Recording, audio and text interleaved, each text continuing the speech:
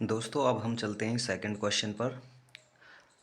5 pencil तथा 7 कलमों का कुल मूल्य 50 रुपये है, जबकि 7 पेंसिल तथा 5 कलमों का कुल मूल्य 46 रुपये है। एक पेंसिल का मूल्य तथा एक कलम का मूल्य ज्ञात कीजिए। तो दोस्तों हालांकि इस क्वेश्चन में हमसे पहले ही इन्होंने बोल दिया कि ग्राफीय विधि से हल कीजिए। अगर आपको बोर्ड परीक्षा में ये ऐसे पूछा जाए तब आप दोनों विधियों में से या जो आगे आने वाली विधि हैं अगली एक्सरसाइज में किसी भी एक विधि से आप सवाल को सॉल्व कर सकते हैं। चलिए मैं इसको ग्राफीय विधि से ही हल करके बताता हूँ। तो ये पहले का सेकंड पार्ट है और हम लिख देंगे हल।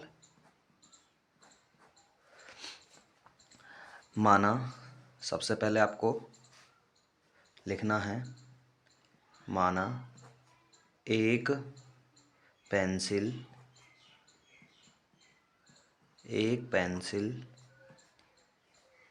तथा एक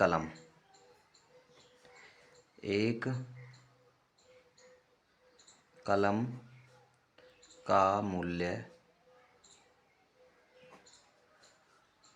x तथा y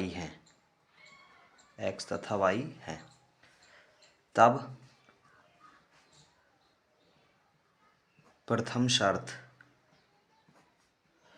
कंडीशन के अनुसार क्या है, के अनुसार हमसे बोला 5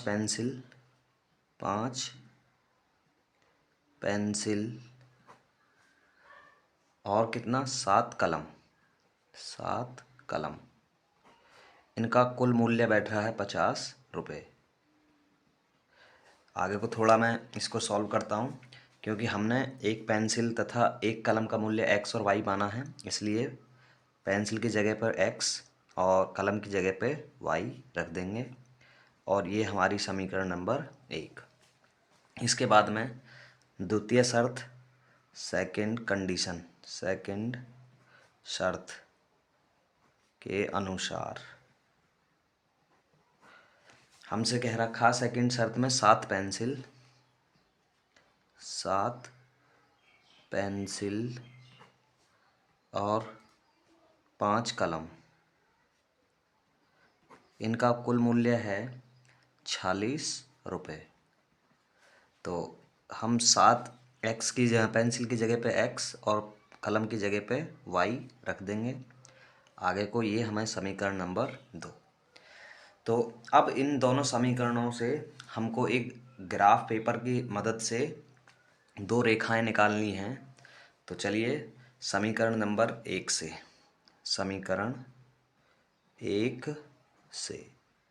समीकरण 1 क्या है हमारे पास, 5x + 7y बराबर 50। यहाँ से यदि मैं x की वैल्यू निकालूं तब कितनी आएगी, 50 - 7y, या इसको मैं आगे करता हूँ तो x बराबर 50 - 7y बटे 5। ये 5 इधर से क्रॉस में आ जाएगा। तो मैं सेम वही काम जो पिछले क्वेश्चन में मैंने किया था, पिछली वीडियो आप देख सकते हैं। x और y के लिए मैं एक बॉक्स तैयार कर लेता हूँ जिसमें हमें प्रतिच्छेद बिंदु प्राप्त होंगे। तब हम देखते हैं कि x और y की जगह पे ऐसी क्या वैल्यू पुट करें कि एक कंप्लीट इंटीजर आ जाए। देखें y की जगह पे यदि मैं पुट करता हूँ 7 पंजे 35, यानी कि 7 पंजे 35, 50 में से 35 गए तो 15 बचे, 15 को 5 से डिवाइड जा सकता है। 4 रखने पर मुझे कोई इंटीजर नहीं मिलेगा क्योंकि पॉइंट में संख्या चली जाएगी। तो मैं यहाँ पे जब मैं x की वैल्यू कितनी रखता हूँ, जब मैं y की वैल्यू 7 पंजे 35 5 रखता हूँ, तब मुझे x की वैल्यू क्या प्राप्त होती है, 3। इसी प्रकार जब मैं यहाँ पर y की जगह 0 रखता हूँ तब मुझे क्या प्राप्त होता है, 10। x की वैल्यू क्या आएगी, 10।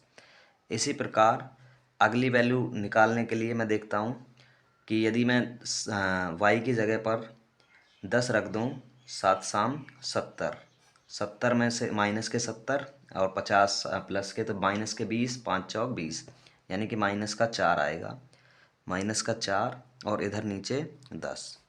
ये मेरे पास समीकरण 1 से कुछ चीज़ें मुझे मिल चुकी हैं। इसी प्रकार समीकरण 2 से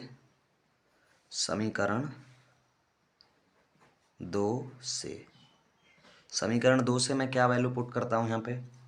समीकरण 2 से हमारे पास में है 7x प्लस 5y बराबर 46। इसको थोड़ा आगे कर लेता हूँ, तब मेरे पास x इज इक्वल टू कितना आएगा निकल करके 46 माइनस 5y बटे 7। अब मैं यहाँ पे भी पुनः वही प्रक्रिया दोहराता हूँ, 1 2 3 4 आप वैल्यू पुट करके रख सकते हैं। तो देखते हैं कि एक कंप्लीट इंटीजर कब आता है। देखिए, यदि मैं यहाँ पर y की जगह पर सबसे पहले 5 ही रख दूँ तो यहाँ हो जाएगा 5 25 और 46 में से 25 गए तो 21 7 से डिवाइड हो जाता है। तो चलिए मैं पुनः एक और बॉक्स से बना लेता हूँ ताकि मुझे प्रतिच्छेद बिंदु की स्थिति पता चल जाए। x और y 1 2 3। यदि मैं यहाँ पे y की जगह कितना रखता हूँ 5, तो मुझे क्या मिलता है x की वैल्यू 3। इसी प्रकार यदि मैं y की वैल्यू यहाँ पे रख दूँ माइनस का 2, तो 5 दूनी 10, माइनस माइनस हो जाएंगे प्लस, 46 10 56, 7 8 56, यानी कि इसकी वैल्यू हो जाएगी x की वैल्यू निकल के आएगी 8 और ये -2 रखने पर। इसी प्रकार यदि मैं आगे को भी इसमें वैल्यू रख कर देखता हूँ तो यहाँ पे देखते हैं 12 पंजे 60 और 60 यदि मैं रख देता हूँ यहाँ पे 60 में से y की वैल्यू 12 रख देता हूँ, तब मुझे x की वैल्यू कितनी आएगी निकल करके -2। ये आप खुद चेक कर लें। चलिए अब मैं आगे को दोनों स्थिति मुझे प्राप्त हो चुकी हैं बिंदुओं की स्थिति, और मैं इन दोनों समीकरणों की हेल्प से एक ग्राफ पेपर तैयार करता हूँ यहाँ पे। तो सबसे पहले मैं ग्राफ के लिए x और y अक्ष को बना लेता हूँ ताकि मुझे स्थिति पता लगे बिंदुओं की कहाँ पर हैं। तो यहाँ पर इधर से मैं कट कर लेता हूँ इसको।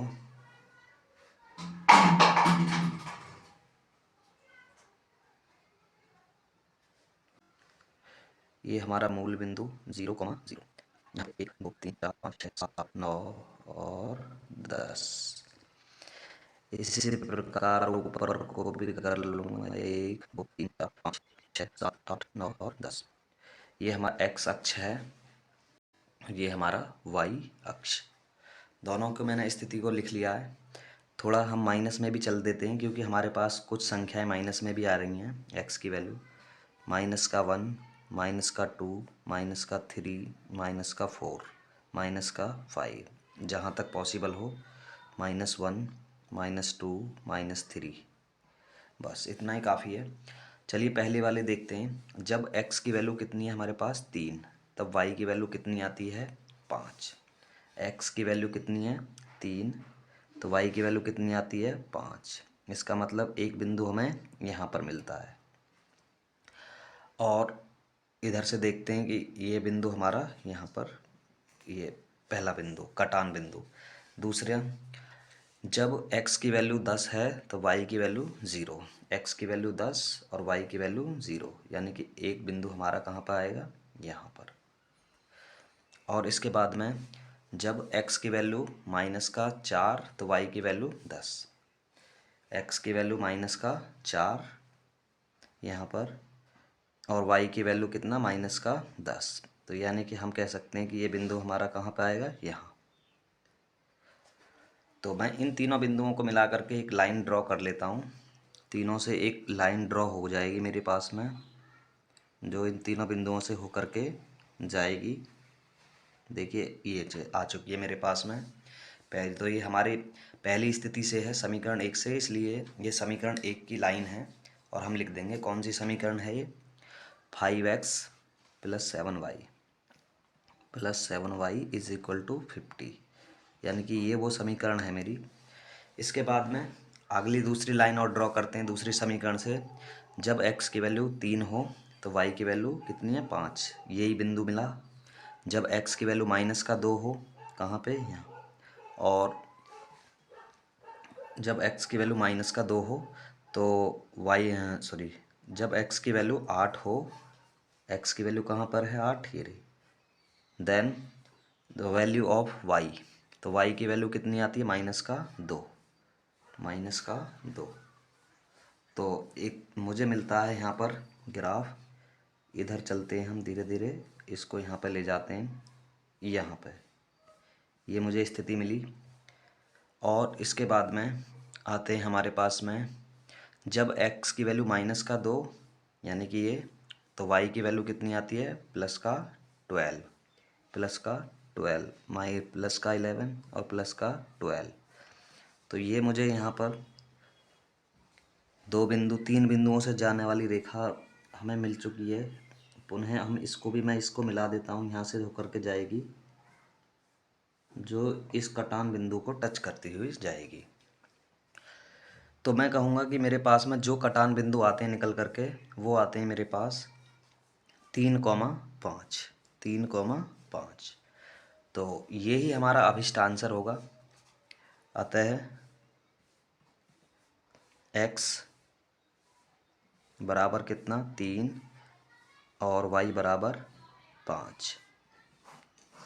समीकरण 1 व 2 के हल होंगे, क्योंकि हमने x की वैल्यू को क्या माना था, अभी x की वैल्यू को हमने एक पेंसिल और कलम के हमने y माना था। तो हमारे पास x और y की वैल्यू आ चुकी हैं। ये हमारा सेकंड क्वेश्चन हल हो चुका है।